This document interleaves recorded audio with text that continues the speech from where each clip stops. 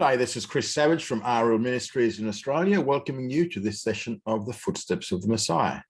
I pray that it will be of benefit to you and help you in your Christian growth. Thank you for coming along. So thank you for coming along tonight. We're looking at the study of the last days. We're in session 14, and we're now in the events of the second half of the tribulation. Last session, we finished off the mid-tribulation announcements. Now we're looking at the events of the second half, and we're looking at the prelude, which goes from Revelation chapter 15, verse 1 to chapter 16, verse 1. Now, here's a little chart for you. That's just so you can get a visual picture of what we're coming up for. In the second half, we're going to have the 7 bowl judgments, and we're going to start getting into them. Now, this prelude, it goes from 15:1 to 16:1 Revelation. So the second half of the tribulation will mainly be comprised of stuff we've already covered previously, but it's towards the later part of this, we're going to look at the bowl judgments, and they're going to come in the later part of this, the second half of the tribulation. In Revelation 15:1, we pick up here from where we left off in Revelation 11, verse 19. Now, back in 11:19, we saw that there was opened the temple of God that is in heaven, and there was seen in his temple the ark of his covenant. And then we had lightnings, voices, thunders, and an earthquake and great hail. So this introduces the prelude with the 7 angels who have the 7 bowls. We see that in chapter 15, verse 1. And I saw another sign in heaven, great and marvelous, 7 angels having 7 plagues, which are the last, for in them is finished the wrath of God. So these are the 7 last judgments, and they contain and they also bring to completion the wrath of God. Now, again, we just need to mention here that the results which we saw spelled out on the 7th trumpet back in the last session, they all come after the bowl judgments are complete. Remember, it was looking forward to the end of the tribulation, and he was describing things which were the end of the tribulation. Now, in verses 2 to 4, we see a view of the martyred saints of the second half of the tribulation, because it says, and them that come off victorious from the beast and from his image and from the number of his name. So these came off victorious from the pressures to worship the beast and to take the mark of the beast. Now, while they suffered martyrdom, they actually conquered in spiritual warfare, which is verse 2. They're viewed here as singing 2 songs. One of them is the song of Moses. We see that in the first part of verse 3, which refers to either the song in Exodus 15:1 to 18, or the one in Deuteronomy 32, verses 1 to 3. Well, it doesn't matter which one it is, because in both cases, it is a song of deliverance, which is exactly what these martyred saints are singing. Now, the second song is the song of the Lamb, Jesus being the Lamb, and the content we have here in verse 3. And they sing the song of Moses, a servant of God, and the song of the Lamb, saying, great and marvelous are your works, O Lord God, the Almighty. Righteous and true are your ways, you King of the ages. Who shall not fear, O Lord, and glorify your name? For you only are holy. For all the nations shall come and worship before you, for your righteous acts have been made manifest. And then we go on in verses 5 to 8, where we see the 7 bowls are then given to the 7 angels who are given the task of carrying out the final series of judgments. And there came out from the temple the 7 angels that had the 7 plagues. And one of the 4 living creatures gave unto the 7 angels 7 golden bowls full of the wrath of God. Now, as a result of giving this giving of the 7 bowls, the temple in heaven is now filled with smoke from the glory of God. And that's the Shekinah glory. And what that does is that now causes the temple to be closed until all the bowl judgments have been poured out. Again, what we see here is that the focus of this prelude is on the temple in heaven. The same thing we saw back in Revelation chapter 11, verse 19. And finally, in chapter 16, verse 1, and I heard a great voice out of the temple saying to the seven angels, go ye and pour out the seven bowls of the wrath of God into the earth. So these angels are commanded to pour out the seven bowls of the wrath of God. And this command comes by a voice out of God's temple, which has just been filled by the Shekinah glory. Now we come into the bowl judgments. First bowl judgment we see in Revelation 16, verse 2. And the first went and poured out his bowl into the earth, and it became a noisome and grievous sore upon the men that had the mark of the beast and that worshipped his image. So what we read in verse 2 is that the first bowl judgment is clearly directed at affecting only those who have the mark of the beast.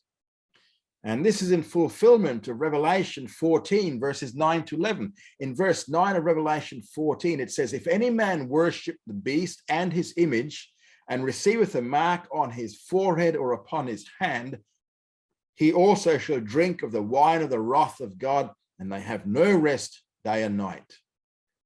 So the result of taking this mark will be a grievous sore upon the worshippers of the Antichrist. Now, this sore will be like a cancer, I guess, some kind of skin ulcer or malignancy of the skin, and it's quite possibly where the mark of the beast is. So whatever the mark might have been, it might be actually coming in that area. So the second bowl judgment now is in verse 3. And the second poured out his bowl into the sea, and it became blood as of a dead man. And every living soul died, even the things that were in the sea. Now, previously, when we had the second trumpet judgment, 1/3 of the salt water was affected. And now the rest of the salt water will be turned into blood, destroying the remainder of sea life. The third bowl judgment we now have in verses 4 to 7 of chapter 16. And the third poured out his bowl into the rivers and the fountains of the waters, and it became blood. Now, back in the third trumpet judgment, 1/3 of the fresh water was destroyed. Now the remainder of the fresh water in rivers and springs will be destroyed, as it will also become blood. Now, it just says rivers and fountains. Apparently, water in the wells and cisterns would not be affected. Now, this act here brings two declarations. First of all, the guardian angel assigned to water declares the righteousness of God's judgment. And verse 5, and I heard the angel of the waters saying, righteous are you who are and who was, you Holy One, because you did thus judge. For they poured out the blood of saints and prophets, and blood have you given them to drink. They are worthy.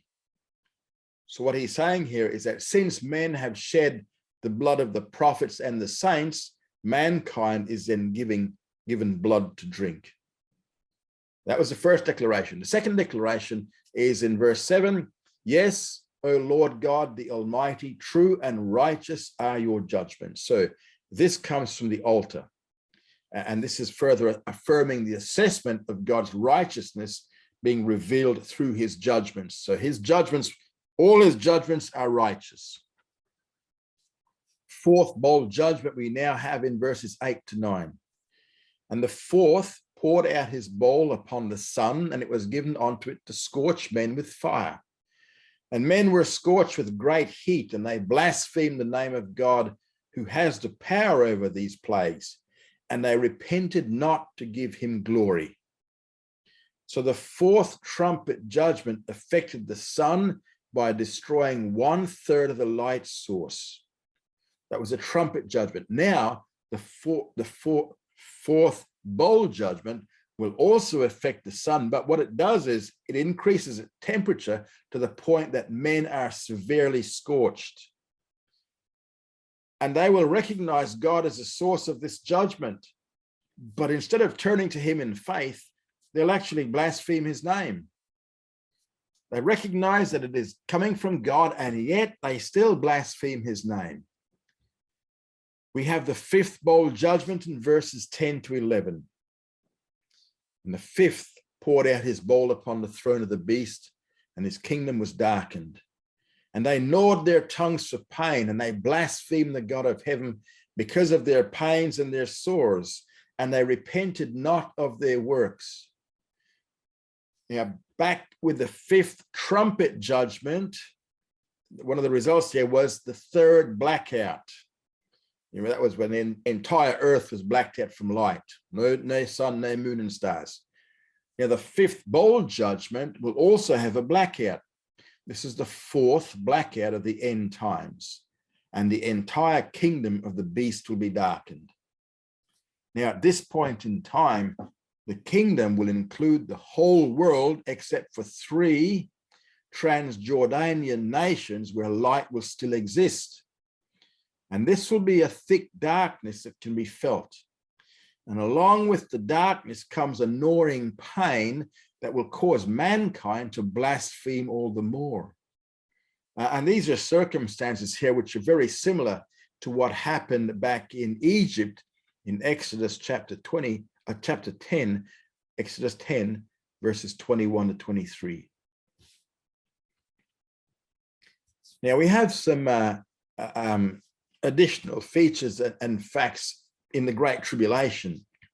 And before we actually get to the final campaign of Armageddon, we need to look at a few topics here, just so we have a better grasp of what's happening in these times. The Old Testament prophets had a lot to say about the tribulation, and we can't deal with everything they wrote. So what we're going to do is we're going to look at some certain key passages here, which we need to really cover for the tribulation. And one of them here is Babylon. Now, Babylon. This is the city of Babylon. Now, this city plays a future role, as there are many prophecies regarding Babylon which have never been fulfilled. So Babylon has to be rebuilt, and it will become the Antichrist political and economic capital. So for these prophecies to be fulfilled, it will require the rebuilding of the city in the same general area. Now, that area today is present-day Iraq. This is what we're going to touch on this time, because we're going to cover it more in the campaign of Armageddon. So Babylon, the city, has to be rebuilt. Then we look at Israel and the tribulation. Even though the whole world will be involved in the tribulation, you know, you got to remember that Israel will be the one which will be particularly affected. One only has to look at the massive amount of Hebrew scriptures concerning this time period. Now, remember, or cast your mind back to, or recall, as Lisa says, you may recall, of the 3 purposes of the tribulation, the second and third purposes are directly related to the Jews. And these are the bringing about of a worldwide revival using the 144,000 Jewish evangelists. And that was the second purpose. And the third purpose was to break the power or the stubborn will of the holy people, the Jews. Now, we also know from previous sessions that the tribulation will not begin on till Israel signs that 7-year covenant with the Antichrist. Now, we're going to look at some more points here relating to Israel and the Great Tribulation. And we're looking at the time of Jacob's trouble. Now, the uniqueness of the tribulation's relationship to Israel is especially brought out in Jeremiah chapter 30, verses 4 to 7. And these are the words that Jehovah spoke concerning Israel and concerning Judah. For thus says Jehovah, we have heard a voice of trembling, of fear, and not of peace. I ask you now and see whether a man does travail with child. Wherefore do I see every man with his hands on his loins as a woman in travail, and all faces are turned into paleness. Alas, for that day is great, so that none is like it. It is even the time of Jacob's trouble, but he shall be saved out of it. Now, while the scriptures have many names for the Great Tribulation, this passage here gives it a name that directly relates to the period, to the Jewish nation. It is the time of Jacob's trouble. Now, everyone will suffer during the tribulation, but Israel will suffer more. And the basic reason for this is that because of her relationship to her God. Because Israel is God's firstborn, we find this in Exodus chapter 4, verse 22, where Jehovah says, Israel is my son, my firstborn. It's for this reason that she receives double, both in blessing and in cursing. It's we have Israel as the firstborn son, and yet she receives double. Israel is also the wife of Jehovah. Now, as an example of the principle that Israel receives a double for all her sins, we can see this in Isaiah chapter 40, verse 2. She has received of Jehovah's hand double for all her sins. It's also found in Jeremiah 16:18. At first, I will recompense their iniquity and their sin double, because they have polluted my land with the carcasses of their detestable things and have filled my inheritance with their abominations. So we have double for their sins. So the principle here of Israel's receiving double for all her sins is the reason why the tribulation is uniquely the time of Jacob's trouble, because she is going to cop it more than anybody else. Now, we have some general descriptions here. This is of Israel in the tribulation, and we find this in Isaiah chapter 3, verses 1 to chapter 4, verse 1. Verses 1 to 15 describes the effects of the tribulation and the Jewish leaders. Behold, the Lord Jehovah of hosts does take away from Jerusalem and from Judah stay and staff, whole stay of bread, whole stay of water. The mighty man and the man of war, the judge, the prophet, the diviner, the elder, the captain of 50, the honorable man, the counselor, and the expert at it, all gone. We're going to look at more of the leadership later on. This is followed by verse 16, with the description of the effects on women. The Lord's going to smite the women with a scab on the crown of the head, and also lay their secret parts bare, and also take away all their jewelry and all their finery. So it will involve here at this time period a removal of their luxury items. And then we see in verse 25, your men shall fall by the sword, and you are mighty in the war, and 7 women shall take hold of one man in that day, saying, we'll eat your bread and wear our own apparel, only let us be called by your name. Take you away our reproach. So what we see there is that in that day, there'll be a sharp reduction of the male population until there'll be 7 Jewish women for each Jewish male. And we have a couple of Day of Jehovah passages here. We have 5 Day of Jehovah passages that directly relate the Great Tribulation to Israel. We have Ezekiel 13, verses 1 to 7, which describes the Day of Jehovah in relation to the false Jewish prophets in the tribulation. Son of man, prophesy against the prophets of Israel that prophesy, and say you unto them that prophesy out of their own heart, hear ye the word of Jehovah. They have seen falsehood and lying divination. They say Jehovah says, but Jehovah has not sent them. So that's the false prophets. And the multiplication of false prophets among Israel is going to require massive cleansing. And Zechariah chapter 13, verses 2 to 6 describes that. And that's where it speaks about, you know, all the prophets and the unclean spirits to pass out of the land. It'll come to pass when any shall prophesy, then his father and his mother that begot him will say to him, you shall not live, for you're a false prophet, and they'll spear him. They'll thrust him through when he prophesies, they'll kill him. And we also have a second passage here in Joel chapter 2, verses 1 to 11.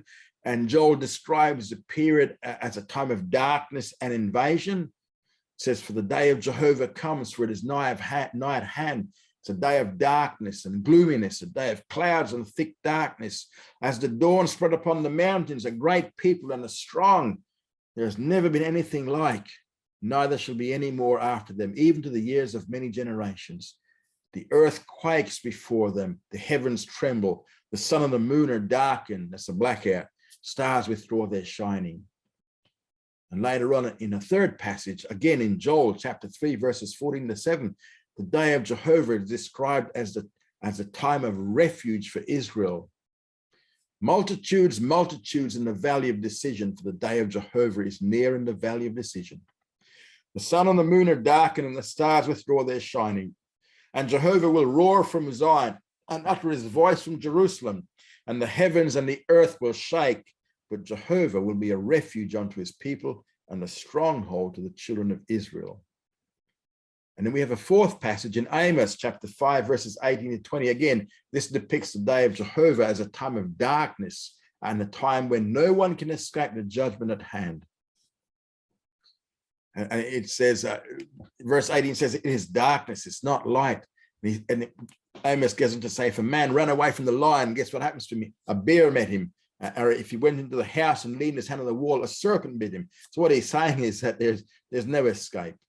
There's no escape from the day of Jehovah's trouble or day of Jacob's trouble. And the fifth passage is Zephaniah chapter 1, verse 7 to 13.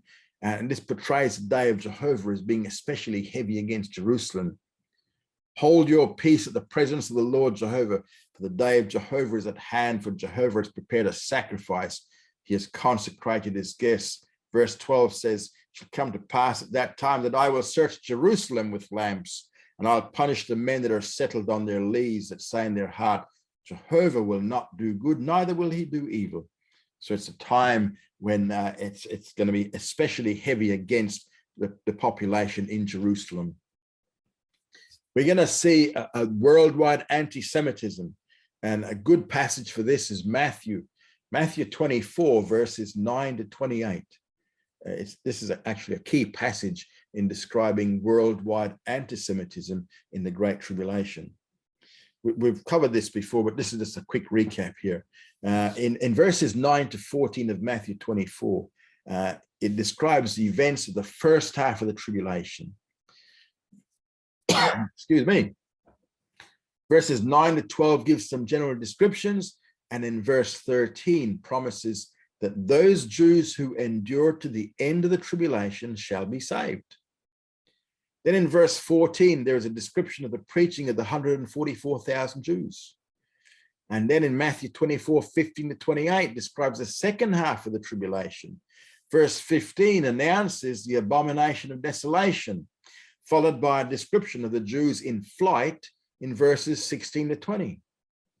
The Great Tribulation is described in verses 21 to 22 as a time of anti-Semitism, and in verses 23 to 26, it's a time of false religion and false prophets.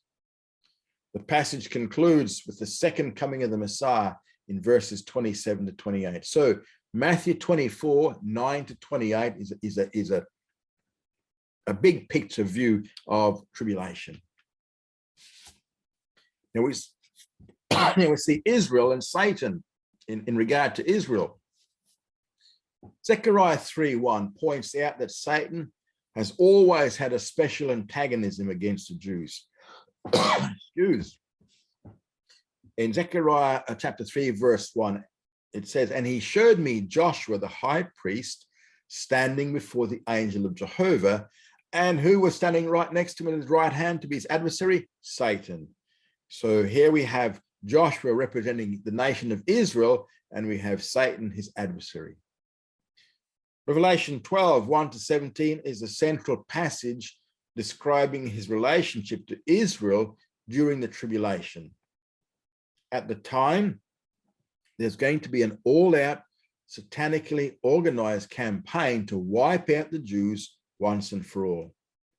Yeah, again, we cover this, but here just a little bit of a summary of Revelation 12. We covered this last session. Verses 1 to 5 laid out that historical summary from the birth to the ascension of Messiah. Verse 6 pictures Israel in flight, just as Matthew 24, 16 to 20 did. So we have the Jews, they're on the run, and that's followed by the reason why, because in verses 7 to 12 of Revelation 12, Satan will be cast down to the earth, and he knows his time is short, and now he sets out to destroy the Jews.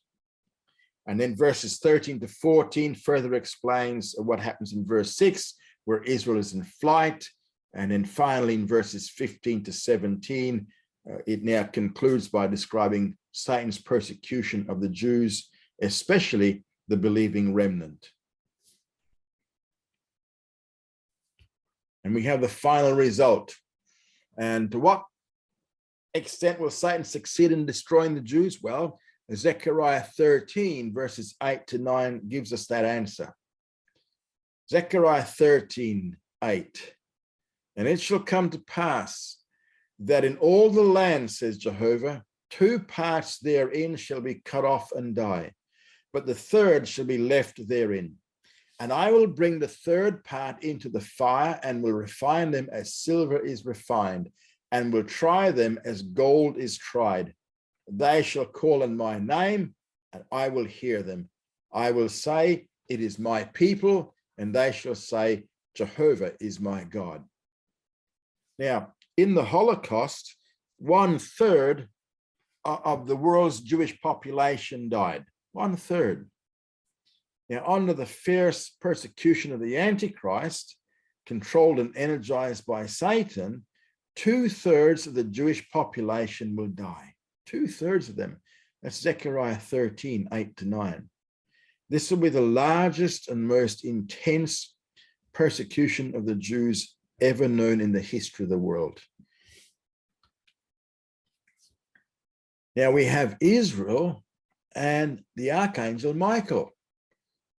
Now, besides being the archangel, Michael is also the chief prince and also the protective angel assigned to Israel. It is Michael who will cast Satan out of his third abode, according to Revelation 12, 7 to 12. But the key verse pointing out Michael's relationship to Israel in the tribulation is Daniel chapter 12, verse 1.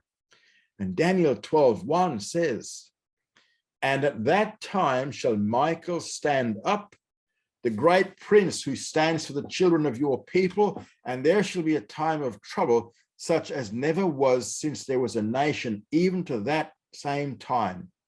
And at that time your people shall be delivered, every one that shall be found written in the book. So the fact that Israel will survive at all is due to the ministry of the archangel and chief prince Michael. Now we see that there are, if we look through the scriptures, we'll see that there are 4 groups of Jews. During the tribulation period, we're going to see 4 distinct groups of Jews there. The first group would be, we can call them the apostate Jews. These are the ones which we found back in Daniel chapter 9, verse 27, where it says that he, Antichrist, shall make a firm covenant with many for 1 week. Now, the many of Daniel 9:27 will enter into the 7-year covenant that will begin the tribulation. And they will comprise about 2/3 of the nation and will die, and they'll die in the worldwide persecution of the tribulation. So that's the apostate Jews. That's the many of Daniel 9:27. The second group would be the 144,000 Jews. Now, these Jewish young men, they belong to the 1/3 of the Jews that will survive the tribulation. And these are the Jews who will be saved and they'll be sealed sometime after the rapture of the church. They'll be evangelists during the first half of the tribulation, and they'll be conducting a worldwide revival.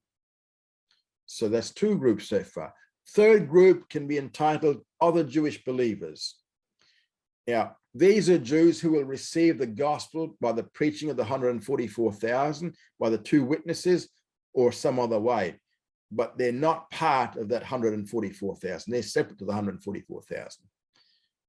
Revelation chapter 7, verse 9 says, after these things I saw, and behold, a great multitude, which no man could number, out of every nation and of all tribes and peoples and tongues, standing before the throne and before the Lamb, arrayed in white robes and palms in their hands. Notice it says every nation. So the word every must include Israel. The context of this verse extends to Revelation 7, verse 17, and it follows the description of the 144,000 in verses 1 to 8. So these are part of the every nation, these Jews who come to faith.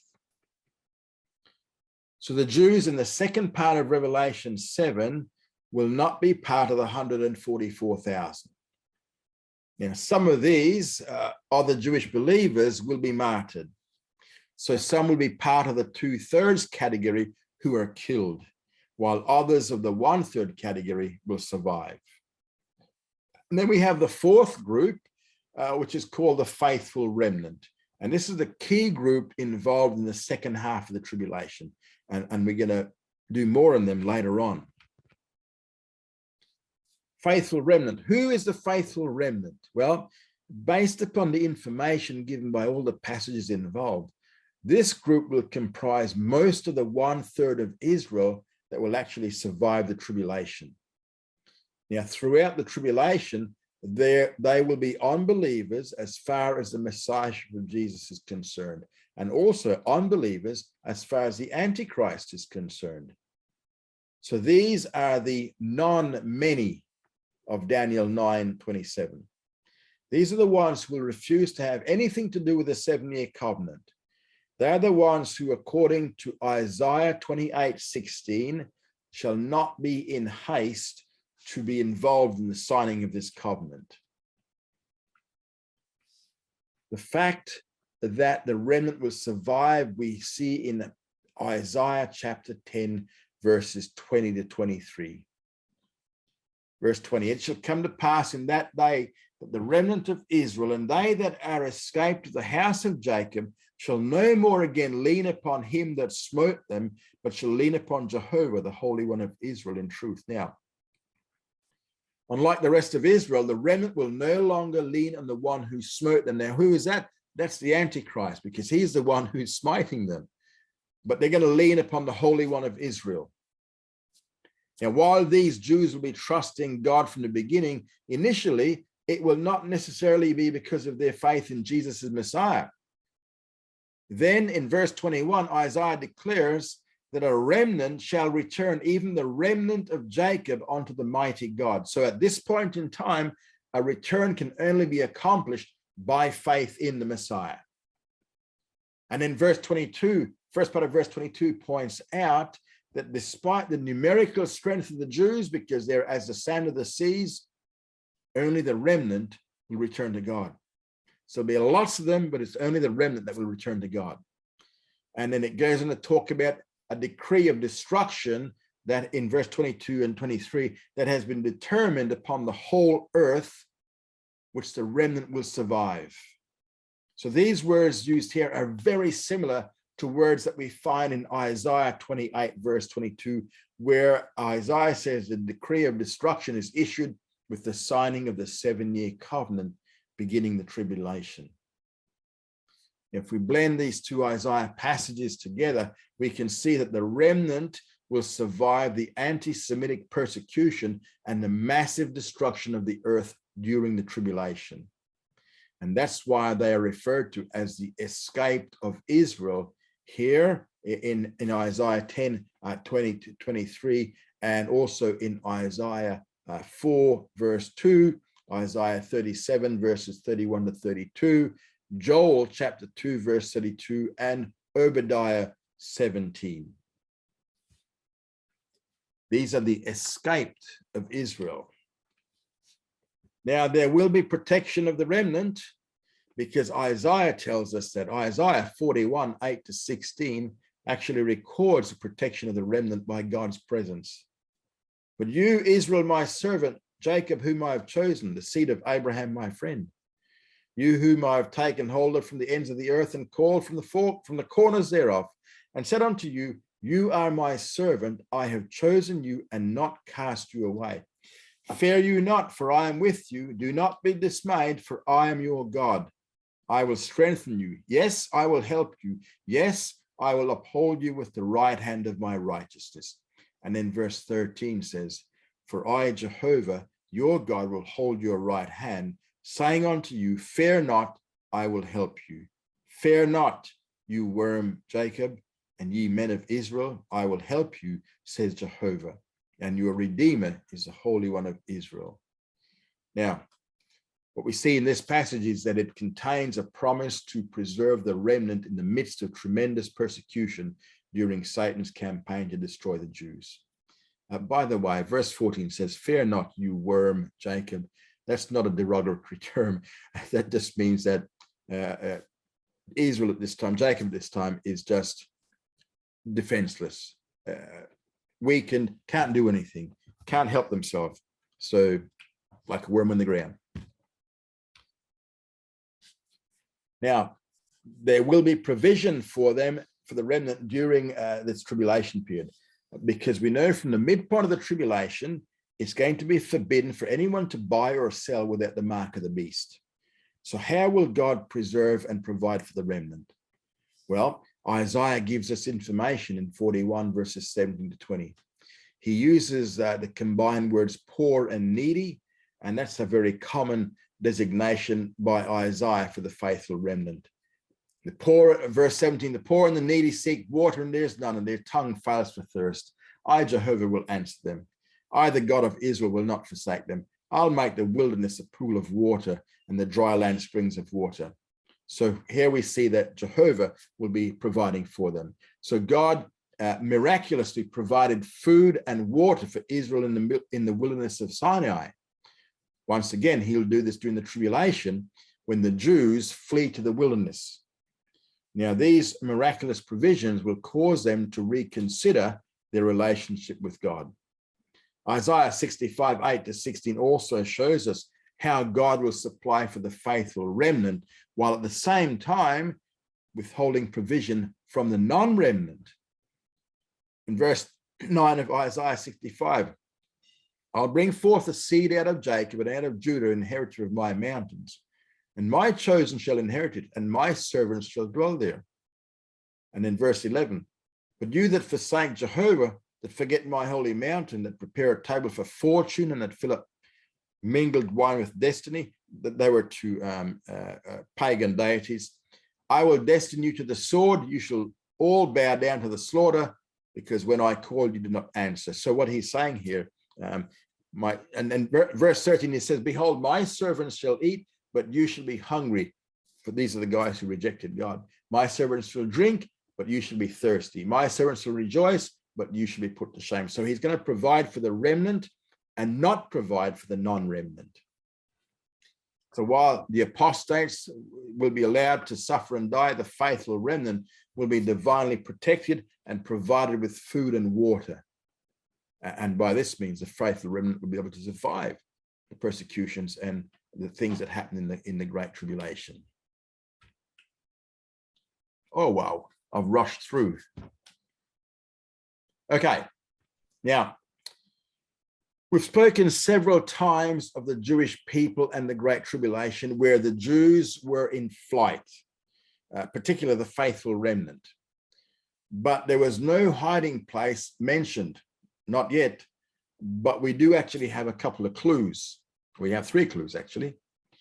One clue was in Matthew 24, verse 16. Then let them that are in Judea flee unto the mountains. So according to this text, the place of flight and refuge is to be the mountains. Now, the second and third clues were given in verses 6 and 14 of Revelation 12. In Revelation 12, verse 6, it says the woman, which was Israel, fled into the wilderness, where she has a place prepared of God, that there they may nourish her 1,260 days. That's 1,260 days. That's for the second half of the tribulation. And verse 14 says, and they were given to the woman, again, the woman is Israel, the 2 wings of the great eagle, that she might fly into the wilderness unto her place, where she's nourished for a time, times, and half a time. That's 3.5 years. And that was to be protected from the face of the serpent, Satan. So the second clue was that the place of refuge is not only in the mountains, but it must also be in the wilderness. Third, it was prepared by God in advance and therefore indicates that there was a pre-existing place of refuge. So these are the three clues found in the passage which we just looked at and passages earlier on. Now, another possible passage that may have a bearing on the question regarding the location is Isaiah chapter 33, verses 13 to 16. Verse 14 says, "The sinners in Zion are afraid. Trembling has seized the godless ones. Who among us can dwell with the devouring fire? Who among us can dwell with everlasting burnings? He that walks righteously and speaks uprightly." Now, the context that we're dealing with here is end times. This passage also points out a distinction between the apostates and the faithful remnant as far as their protection and preservation is concerned. Now, the means by which protection for the remnant will be accomplished is given to us in verse 16. This is verse 16 here, Isaiah 33. "He shall dwell on high, his place of defense shall be the munitions of rocks, his bread shall be given him, his waters shall be sure." So besides reaffirming the promise mentioned in Isaiah 41, 17 to 20 and Isaiah 65, 8 to 16, that food and water would be provided, this verse now gives us some more insight as to the nature of the hiding place itself. First of all, it's stated that it will be on the heights. That is, it's going to be in the mountains. So that reaffirms what Matthew 24:16 said. Second, the place of defense is going to be a stronghold of rock. And that is the very nature of the place would make it very easy to defend because it's a rocky place. It's going to be amongst rocks. Now, this brings the total to 4 clues. So the refuge we know will be in the mountains. That's Matthew 24:16. It will be in the wilderness. That's Revelation 12, verse 6. It's going to be a place prepared in advance. That's Revelation 12, verse 14. And it's going to be very defensible. That's Isaiah 33, verse 16. Now, Micah chapter 2, verse 12, finally pinpoints the place exactly. Because in this verse, God says, "I will surely assemble, O Jacob, all of you. I will surely gather the remnant of Israel. I will put them together as the sheep of Bozrah, as a flock in the midst of their pasture. They shall make great noise by reason of the multitude of men." So the remnant here is gathered as the sheep of Bozrah. The remnant of Israel is God's flock, and they're going to be gathered at a place called Bozrah. Now, the ancient city of Bozrah was located in the region of Mount Seir. Now, Mount Seir is a very rocky range of mountains, so this fulfills the requirement of the Matthew passage. It is in the wilderness section of ancient Edom, and so fulfills the requirements of the Revelation passage. The very nature of this chain of mountains of Mount Seir makes it quite defensible, fulfilling the requirements of the Isaiah passage. Now, where is Mount Seir? Well, Mount Seir is located on the western side of ancient Edom. Now, that extends from the southeast of the Dead Sea down to the city of Aqaba. It's Akaba. Today, that area is in southern Jordan. The city that best fits this description is the city of Petra, Petra, which is located in a basin within Mount Seir, and it's surrounded by mountains and cliffs. Now, the only way in and out of the city, is through a narrow passageway that extends for about 2 kilometers or around about a mile. And it can only be negotiated by foot or on horseback. And you can only fit a few abreast in there. So this makes the city easy to defend. and its surrounding high cliffs give added meaning and confirmation to Isaiah 33, verse 16. The name Bozrah, it means a sheepfold. Now, an ancient sheepfold had a narrow entrance so that the shepherd could count his sheep as they went past one by one.